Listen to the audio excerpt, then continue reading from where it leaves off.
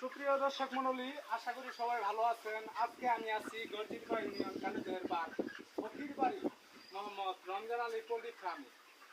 এই মুহূর্তে এখন দেখবো পোল্ট্রির অবস্থা এবং মোহাম্মদ রমজান আলীর সাথে কথা বলবো যে কতটি মুরগি রয়েছে আর কত অবস্থা এই শীত গেছে তো আমার সঙ্গে আসুন।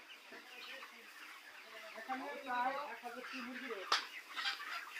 1000টি মুরগি রয়েছে। এই মুরগি দেখাশোনা করার জন্য একটা কর্মচারী রাখা হয়েছে। তার বেতন 12,500 টাকা, খাওয়া দাওয়া ফ্রি।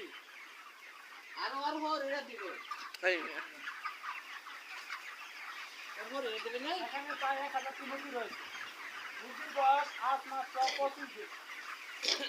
আর অল্প কিছু দিনের মধ্যেই মুরগিটি ছেড়ে দেওয়া হবে। আমি এখন এই ফার্মের মালিক মোহাম্মদ রমজান আলী, ওনার সাথে কথা বলবো।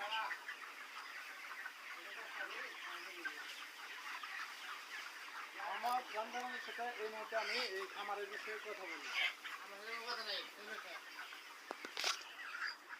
আসসালামু আলাইকুম আঙ্কেল, আপনার এই ফার্মে কতটি মুরগি আছে?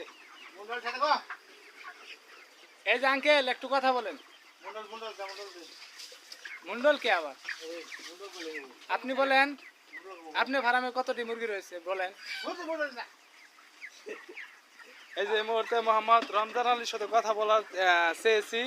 উনি এই কাজের ব্যস্ততার জন্য আমার সঙ্গে কথা বলে নাই। তার কর্মচারী আছে, কর্মচারীর সাথে কথা বলবো এই মুহূর্তে।